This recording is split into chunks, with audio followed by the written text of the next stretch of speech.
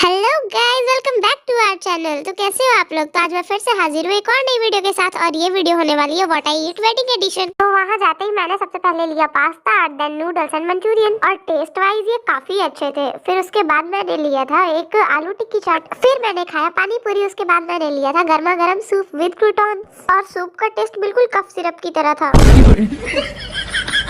फिर मैंने लिया लिट्टी चोखा और फिर लिया पनीर चीला। फिर मेरे भाई बहन मिरिंडा और स्प्राइट लेकर आ गए तो थोड़ा थोड़ा उसे भी पी लिया। इतना कुछ खाने के बाद अब पेट में जगह थी नहीं तो मेन कोर्स मैंने लिया नहीं, ये मेरे पापा की थाली है। मेन कोर्स में भी काफी ऑप्शंस थे। मेन कोर्स के बाद डेजर्ट में थी जलेबी और फिर गुलाब जामुन, पर ये मैंने नहीं खाया है, मैंने बस सूट किया है। थोड़ी देर बाद गर्मा गर्म कॉफी के साथ अपना डिनर एंड किया। Okay bye.